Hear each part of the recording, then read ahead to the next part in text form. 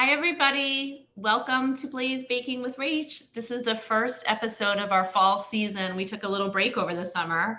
Haven't seen you in a while. And I'm so happy to welcome our guest, Sylvie Bigar, who's here with her beautiful, colorful bookshelves behind her.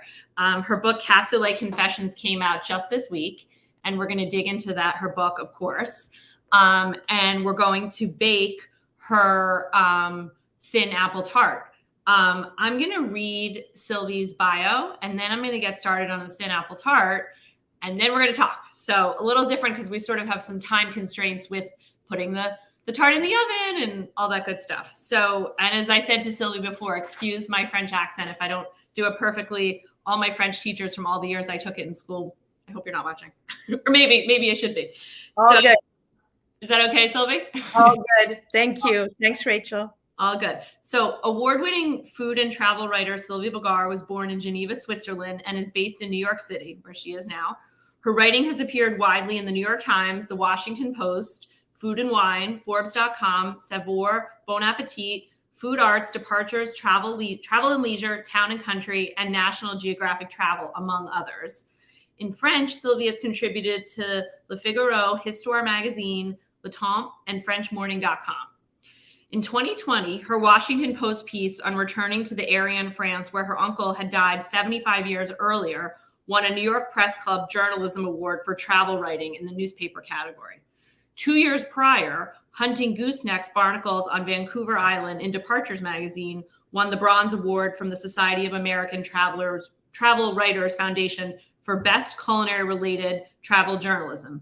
And in 2016, her Washington Post piece, French Cassoulet, An Obsession Boils Over, I love that title, won a Gold Traveler's Tales Solace Award for Best Travel Writing in the Food and Travel category.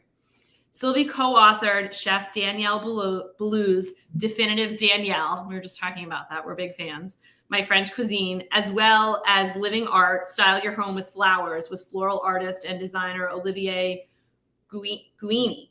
Her New York Times essay about Aimé Césaire, Beneath Martinique's Beauty, Guided by a Poet, was published in Footsteps, a curated collection of New York Times travel columns. I hope I did okay. You did great. Thank you so much. Welcome, Sylvie. We're so happy to have you.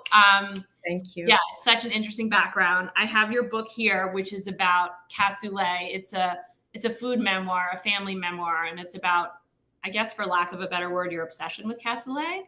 Absolutely. It starts with that. It starts with that. Before we dig into that, we're making an apple tart today. Sylvie told me offline that an apple tart was her father's favorite dessert, which I love. And I've already, for those of you who are baking with us at home, I've already done a couple steps where I took the pastry, first of all, the puff pastry shell, I thawed it, and I put it in a pie tart with some parchment paper. I have 4 sliced apples. I slice them thin. And I'm just going to add to that, I'm just going to brush on 2 tablespoons of melted butter. So it's pretty simple, I think, as you kind of say that French cooking is, right? It's actually not even a recipe that's as simple as it is. It's just a few ingredients, put together and heat, and that's it. That's it. Yeah. No, I made it last weekend to practice. Actually, when I had COVID, I was allowed in the kitchen by myself, and I made it and I cooked it. I kind of left it out for everybody else to have. So on top of the 2 tablespoons of melted butter, I'm just sprinkling on a tablespoon, this stuck a little bit, of some brown sugar. And I'm going to put it in my oven, which is set at 350. I'll be back in 1 second. Sorry about this. And I'm going to put the timer on for 20 minutes. Sorry to leave you there. That's okay. I wish I could smell the way it's going to smell in 20 minutes. It is going to smell really good. So we have that going. Okay, I am back. So Sylvie, can you please tell us, first of all, what a cassoulet is? So a cassoulet is a stew. It's a stew with a base of beans. And it's got herbs, it's got onions, it's got a lot of garlic. And what's really important is the kind of meat that you're going to put in there. But what I'm writing about is really the rustic kind of French cooking. We're not talking Michelin stars here. So even though I offer a few recipes in the book, whatever meats you have lying around, you can just put it in your cassoulet, and you can, slow cook it, and it'll be wonderful. What's important is that you have enough fat, because one of the mysteries of the cassoulet is the famous crust. So there's, some kind of a caramelized crust that develops over time in the oven, with a low flame. And a lot of people wonder how that crust happens. I mean, breadcrumbs, cheese. No, none of this is necessary. In fact, you just need enough fat. So in my cassoulet, there is a lot of, for example, duck fat, which is actually very good for you. And also some of the pork, pork belly or pork skin, will actually melt into the crust. That's cool. I mean, because it almost is like magic how the crust comes and there's not, like you said, sort of the bread base that would typically be used. Exactly. So how did you become, for lack of a better word, obsessed with cassoulet, and what prompted you to write this memoir, which is really a story of your family and very fascinating history, but kind of told through the eyes of learning how to make cassoulet? Can you tell us a little bit how the book came to be? Because I was talking to you before about memoir, how people frame it in different ways, and I think this was a really cool way to do it. Thank you. So in fact, at the time, I was working as a food and travel writer in New York City, and I was assigned a story on the history of cassoulet because I was born in Europe, in Switzerland, with a French mother. French is my first language. I often went to French-speaking countries to unearth sort of the stories, that are maybe hidden a little bit, as I say, under the crust. So I went to Carcassonne thinking that I would, taste some of this mysterious stew and interview a few people, come home, write the piece, and move on. In fact, that trip changed my life. So what did you learn in that trip that changed your life? And tell us also a little bit about your, I guess would be your mentor, your cassoulet teacher, Chef Garcia. I thought that he sounded like a person I'd want to meet and learn how to cook from. Yeah. Yes. So I called the man who was the co-founder of the Universal Academy of Cassoulet. So you're like, what? I know. There is such a thing. Yes, there is such a thing. There is such an association. And I explained who I was. I said I was a reporter, living in New York, spoke French, and I was doing a story on cassoulet. And I went on and on and on. And he basically said, come for lunch on Sunday. And he hung up. And so a few weeks later, I, got myself there, which is not an easy feast. It took more than 36 hours to arrive. Carcassonne is, a train ride from Toulouse. So I flew from New York to Paris, switched planes, Paris, Toulouse, and then took a taxi to the train station, and then took a train from Toulouse to Carcassonne. He's like meeting for lunch, like it was down the street, right? Yeah, exactly. And so I thought, I would have lunch in the dining room of his restaurant, and maybe in the corner. And so I walk in, and the table is set for 25.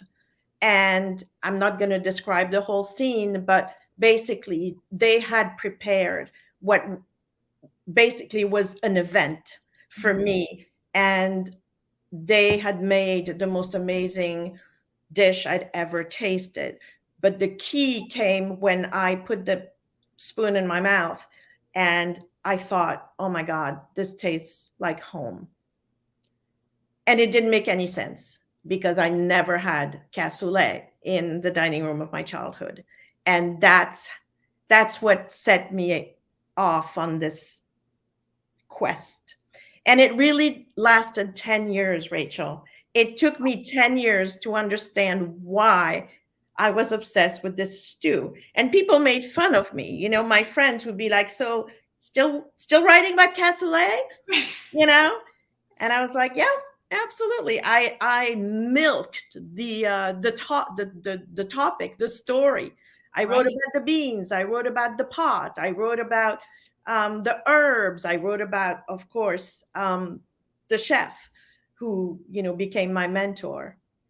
Okay, that's an amazing story. I just want to point out two things. So on the cover of the book, it's a very cool cover, which, you know, it is the cassoulet and all the things that go in it. But the house on top, I just want to point this out. That's your childhood home in Geneva, right?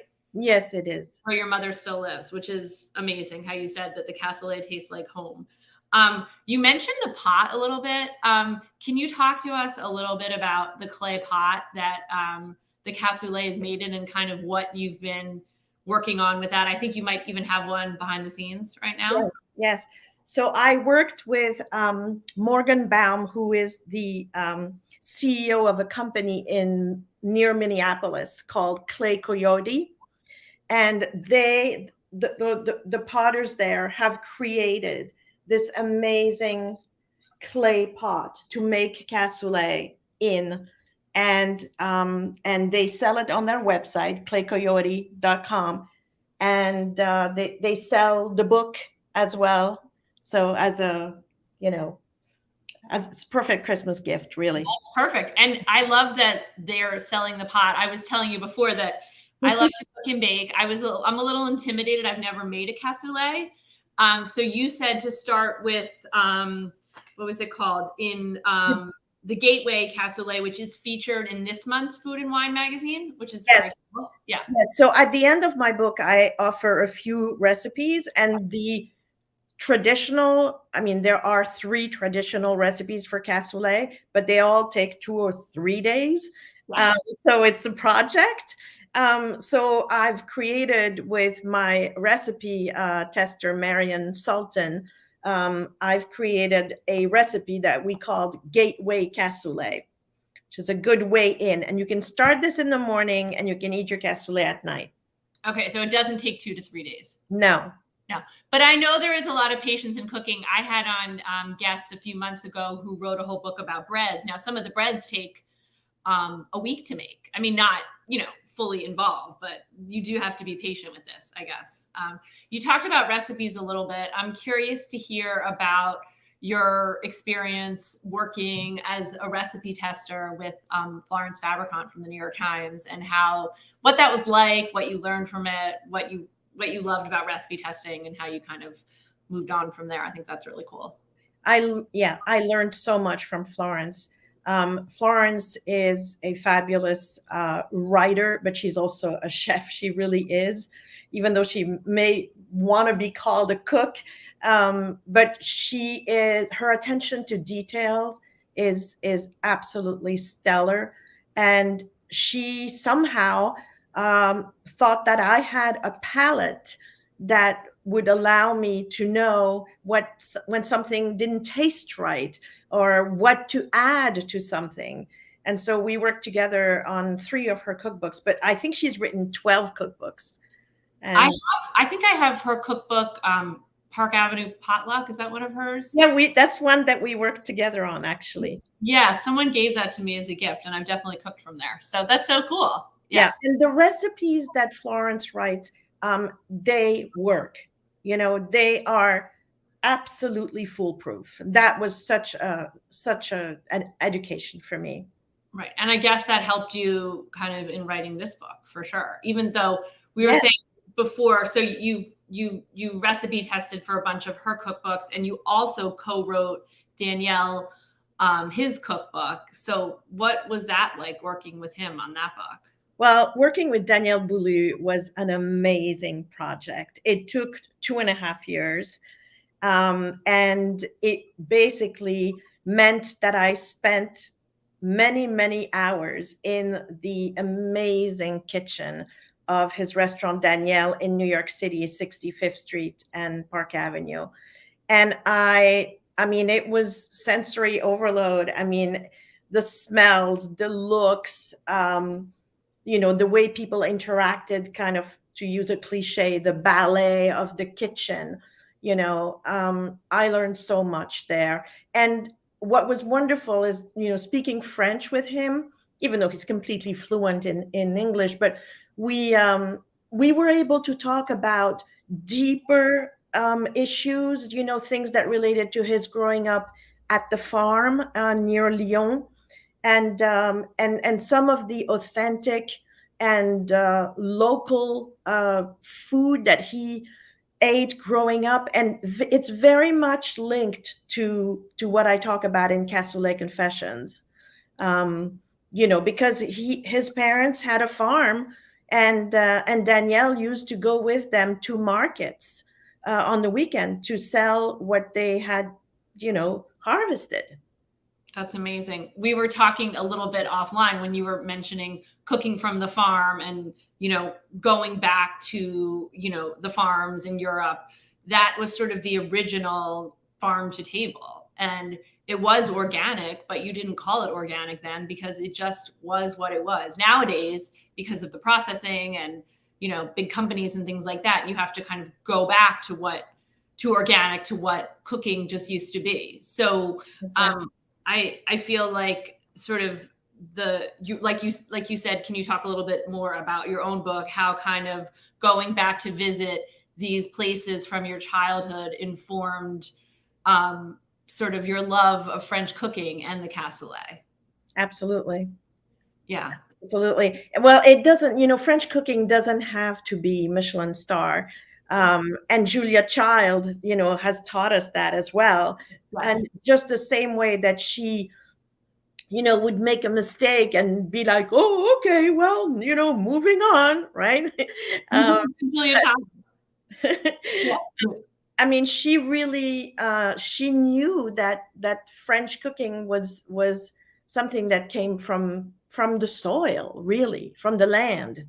And even though, it has evolved and we've had molecular cuisine and all of that, at the end of the day, I think what we really want to eat is that kind of food.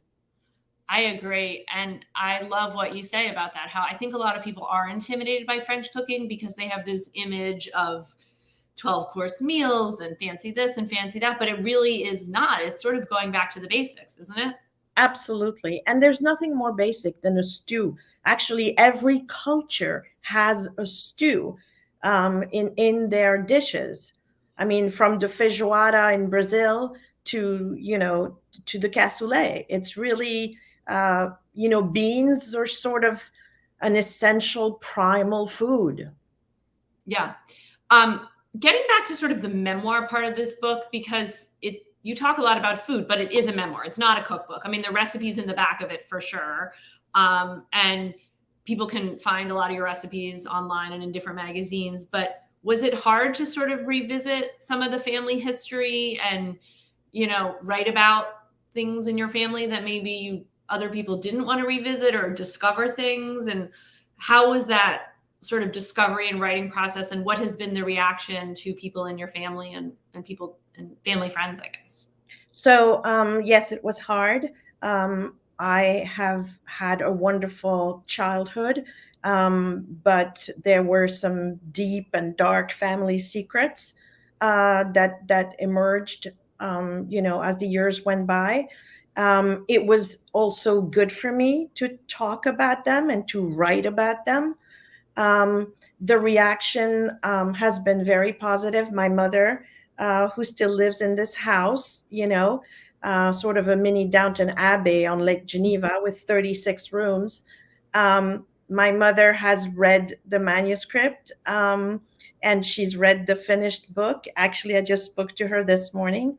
Aww. And she's very, very supportive.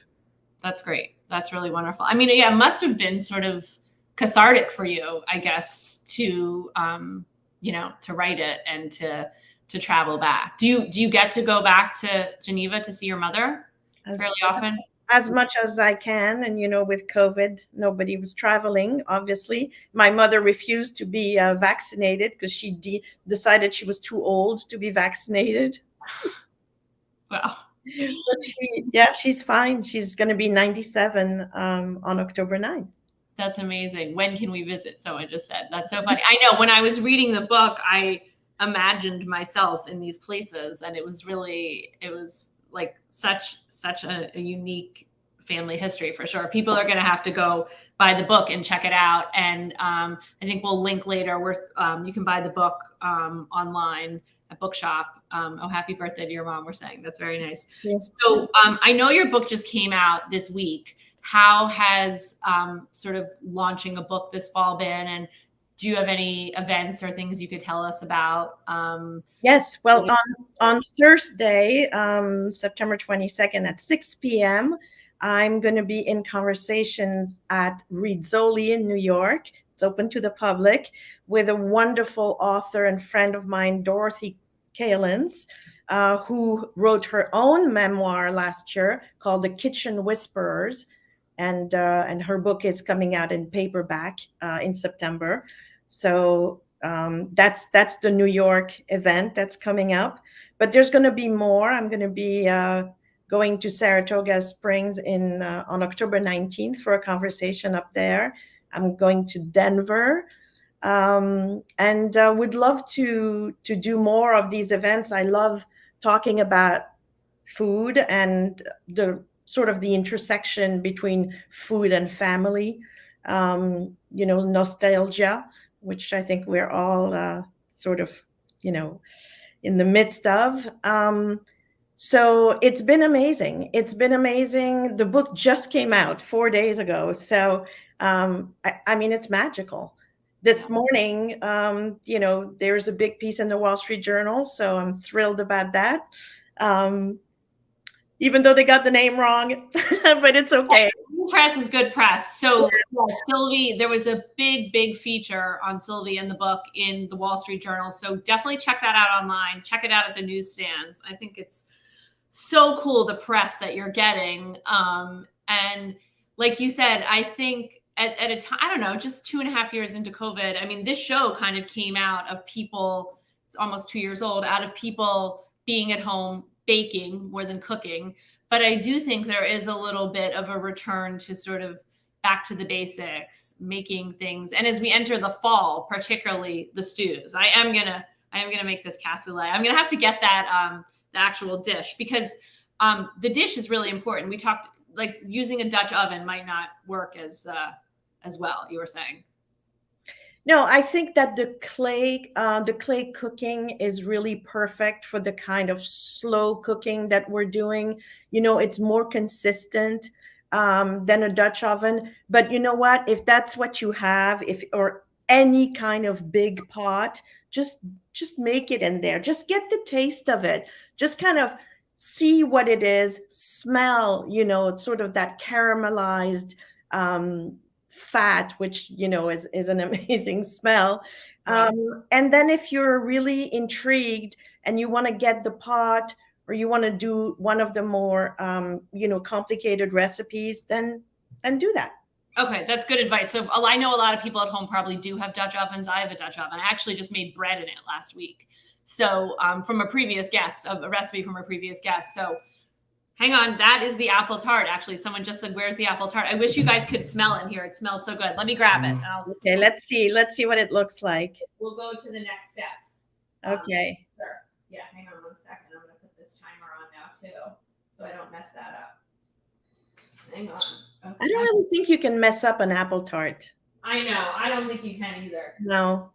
Oh my gosh, it smells so good. And you were saying that it's your father's favorite recipe. Any kind of apple dish is one of my husband's favorite too. So yes. He very much appreciates this. Yes, my father pretended that he wasn't interested in food. He was a pretty stern and strict person. But when it came to apple tarts, then the smile would come out. I was very, very close to him. I know.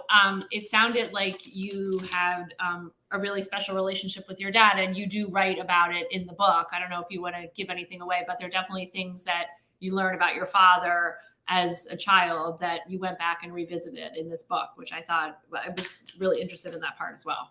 Yes. Well, I discovered that my father had a double life. And that was sort of a major fracture, I guess, in the way that our relationship had been going, because I thought I knew everything there was to know about him because we were so close. But I'm not going to divulge what it's about. Okay. I don't want to give anything away. No, it's amazing. I think our viewers can sense, they're like, this book, there's so much. There's like family secrets and history in Europe and New York and recipes. It's a lot. I was completely enthralled with the book for sure.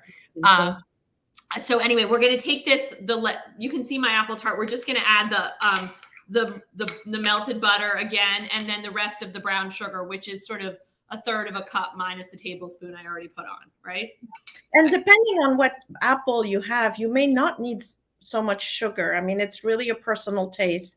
I don't like I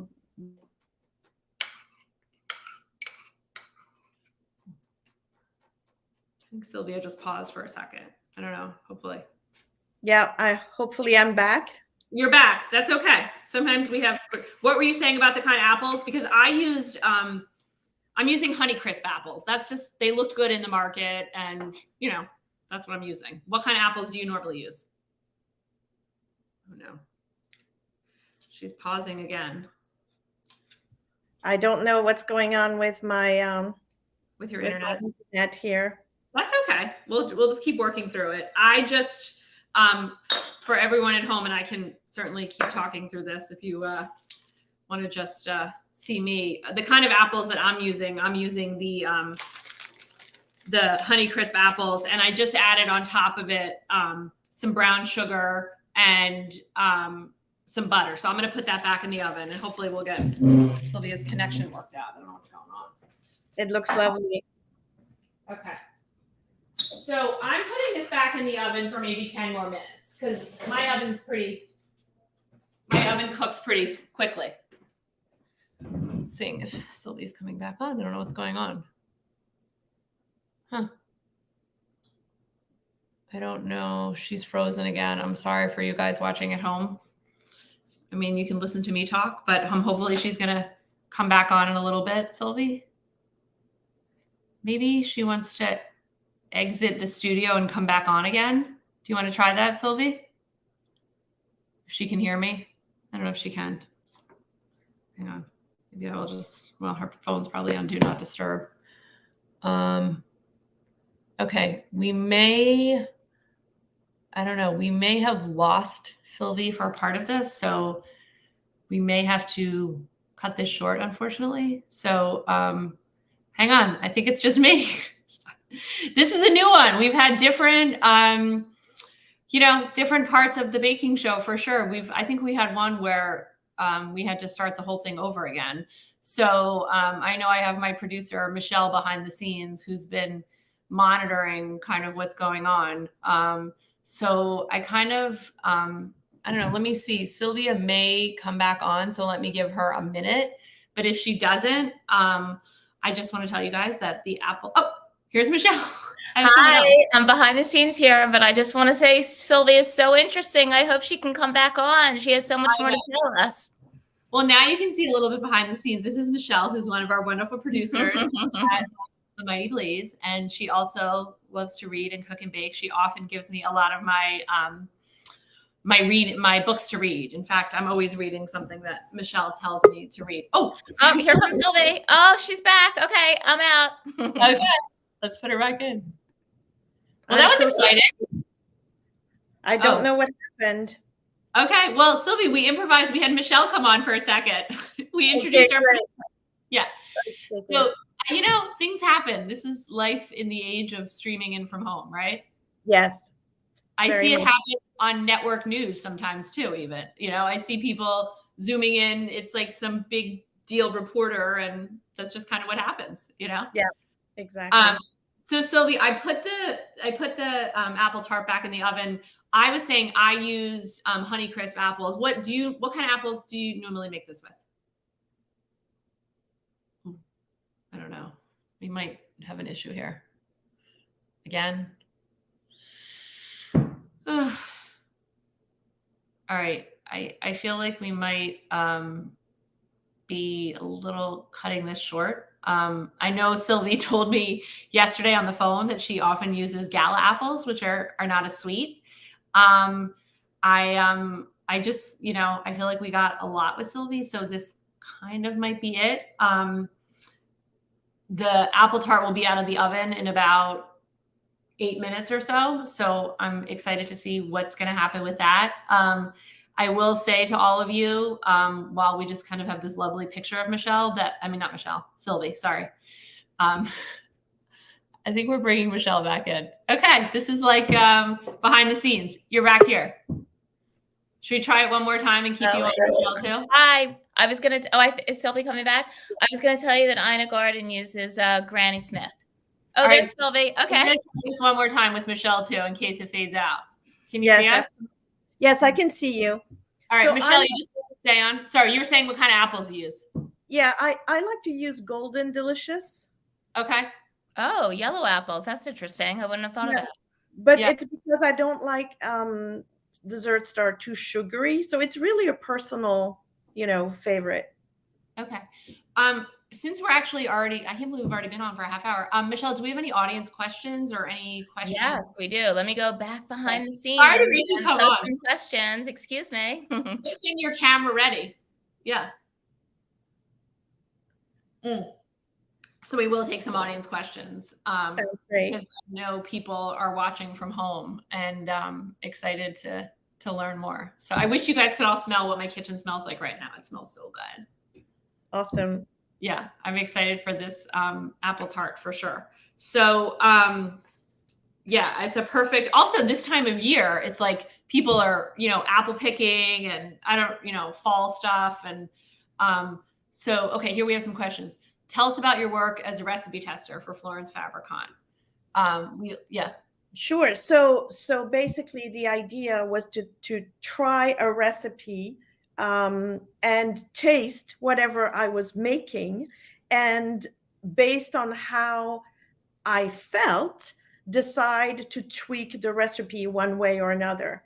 So, I mean, the fact that she trusted me to actually, have the kind of palate that would allow me to say, no, there's a little bit too much of this, not enough of that. That was pretty amazing. And it really sort of allowed me to start cooking without fear. That's really, because I think sometimes we're afraid of cooking. We're afraid of, following a recipe, when in fact, what happens is in the mouth, right? It's not on the page. So if you try a recipe and you don't like it, tweak it, change it, make it yours. That's what I learned. I heard Ina Garten interviewed once, and Ina, if you're watching, we'd love to have you on, that I think for her last book, she was testing this Boston cream pie for years. And there was there was something that was missing. I can't remember what it was, but it does sound like you're an intuitive chef. I just can't imagine, I assume you have to be very patient, but you also develop, no pun intended, a taste for this over the years. Yes. Yeah. Absolutely. That's very cool. So any other questions? Oh, what do you love most about talking to and writing about chefs? Oh, that's an easy one. So I have this idea for a book, and nobody thinks it's a good idea but me. So every time I talk to a chef, there's always a point where their eyes get misty. They sort of sit down if they're standing, or they look they look at the horizon and they start talking to me about their grandmother. It always starts with the grandmother. And I have this idea of doing a cookbook called Chef's Grandmothers that will tell the stories of these grandmothers in different countries, in different cultures around the world, and have the grandmother's recipe and the present day recipe. I just thought it'd be great. But okay, I love that idea. And I have to talk to you online about that, because my mother never cooked. She was a terrible cook and she hated to do it. But her mother was a fabulous cook. And I have so many good stories from her. And I'm working on a baking book behind the scene with a friend of mine who's also a writer and a baker, and where we tell baking stories related to friends and family members. So I fully support this idea. I love the focus on the grandmother. We're having a comment here. Good morning from Southern California. Thanks for waking up early with us, by the way.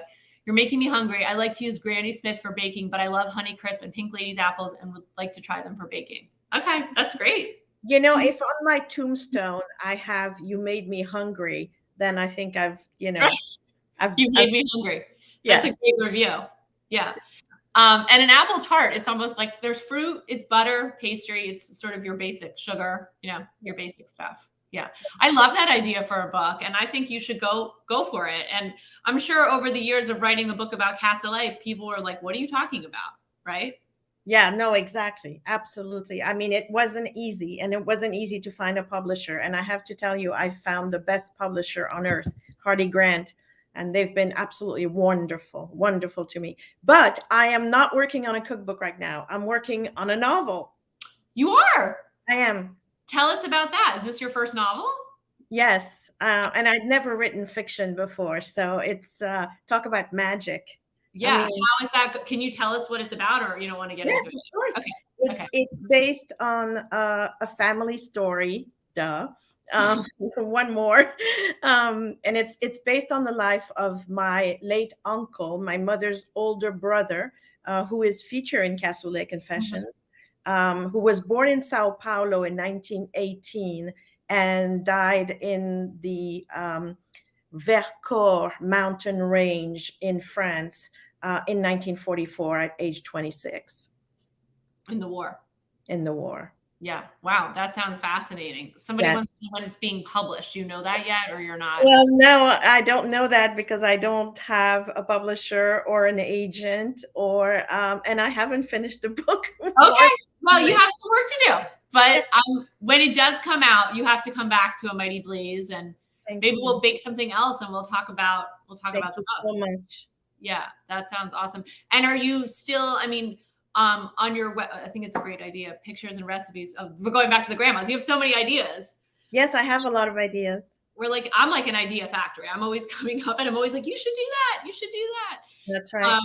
Are you still doing a lot of freelance travel and food writing for all the various publications that you work on? Less. I'm doing less than before. I just wrote a big story in the Washington Post travel section on the Italian-speaking region of Switzerland called Ticino, and I traveled there this past summer. That was wonderful. I'm hoping to go to Greece next year to talk about an island no one has heard of. Where actually there's amazing cooking classes, but that's a whole other story. But I think, I write for Forbes monthly. Writing a novel is a different animal. It requires finding, your bubble, as we say. And it's not easy to find your bubble, to find the zone, right? When you have so many things going on. But especially now that you're doing all this book publicity, I can imagine. Yes. You have to kind of get into your writing routine. Yeah. But anyway, I'm not complaining. I'm very lucky. I have a very, very full and wonderful life. That's wonderful. We have another question. Do you like to cook or bake more? So I don't bake a lot, actually. And maybe it's because of that sugar. I don't love sugary things. And I love to cook. And I'm always at the market. I love to cook what's in season. And I can't tell you what I'm making tonight, because I'm going to go to the market and see. Right. Yeah, that's great. I love that. Well, this show obviously is focused on baking, and I love to bake. I also do like to cook, but I see both sides of it, and I actually do a CSA farm out here, and so I understand what you're saying, because when I go to the farm, I sort of see what's there, and then I decide, what I'm going to cook. So the apple tart is ready, so I'm going to take it out. Hang on one second. Let's see. I wish I could come over and have a piece. I know. I wish you could too. Maybe we'll do something in person. Oh, this looks so good. This just looks amazing. It smells so good too. I'm curious to see is the crust around it? Is it? It is. It's sort of made like a border around it, I guess. Yeah. Is it golden? It is golden. It looks perfect. And the apples looked really good. I actually tasted one of them before I put them in, and I think they were just better apples than what I had made last weekend, probably because they were more fresh. So, oh my gosh, my family's going to be so excited for this. That's great. Yeah, no, it does sound really good. I don't know if we have any more questions before we sign off. I feel like we're getting to the end of our show, but I've so loved chatting with Sylvie, and I definitely, you know, I hope I can see you in person sometime at maybe some of your book events. That would be really fun. That would be great, Rachel. Thank you so much for having me on. Oh, we loved it. We loved it. Before we go, I just want to talk about what's coming up this week on A Mighty Blaze. So we're back in full fall force. Tomorrow, you know, we have daily and weekly programming. So tomorrow, the podcast is coming out with Edwin Hill. This Tuesday at a special time at 3:00, Crime Time is featuring Katie Tallow. Lit Fic on Wednesday at noon. We have Martha Ann Toll on as a guest. And on Wednesday at 4 p.m., we have Authors Love Bookstores with Susan Cole. By the way, our Authors Love Bookstore, they've featured bookstores in, you know, I think almost every state in the country. They're coming up close on that, which is really cool. On Thursday too, debut spotlight with Jonathan Escafari. Sorry if I messed that up. Friday at noon on Lit Chick, it's Elisa Friedland, who has a new book out. And then Friday at 4, Friday Frontliners with Elizabeth Strout. So great lineup this week. Also, the baking show is back in full force this fall. Next month in October, Friday, October 21st, we're having on Shannon Sarna. It's on a Friday afternoon, and we're going to make something from her new book called Modern Jewish Comfort Food, which it's wonderful. It's a beautiful book, and I want to make everything in there. And then at the end of the month, on October 29th, we're having on the novelist of historical fiction, Linda Loigman, who's a friend of A Mighty Blaze, and we're going to talk about her newest book, which comes out this week, The Matchmaker's Gift, and we're going to be making her grandmother's cake. So there you go. She could be one of the people in your book. Her grandmother Tilly's cake. Yeah. Linda's book is coming out this Tuesday. It's great. I love that book too. So perks of this job, you get to read all this stuff and bake all this cool stuff. We have here, I bought some Swiss chard at the local farmer's market yesterday, and I'm going to make dinner with it. That sounds great. I love that. Swiss chard. That's wonderful in a tart. Absolutely. So good. Thanks for watching, everybody. Definitely check out Sylvie on her website, on social media. Follow The Blaze on social media so you can see all of our programming. And thanks for joining us. We will see you next time. Bye. Thank you. Bye.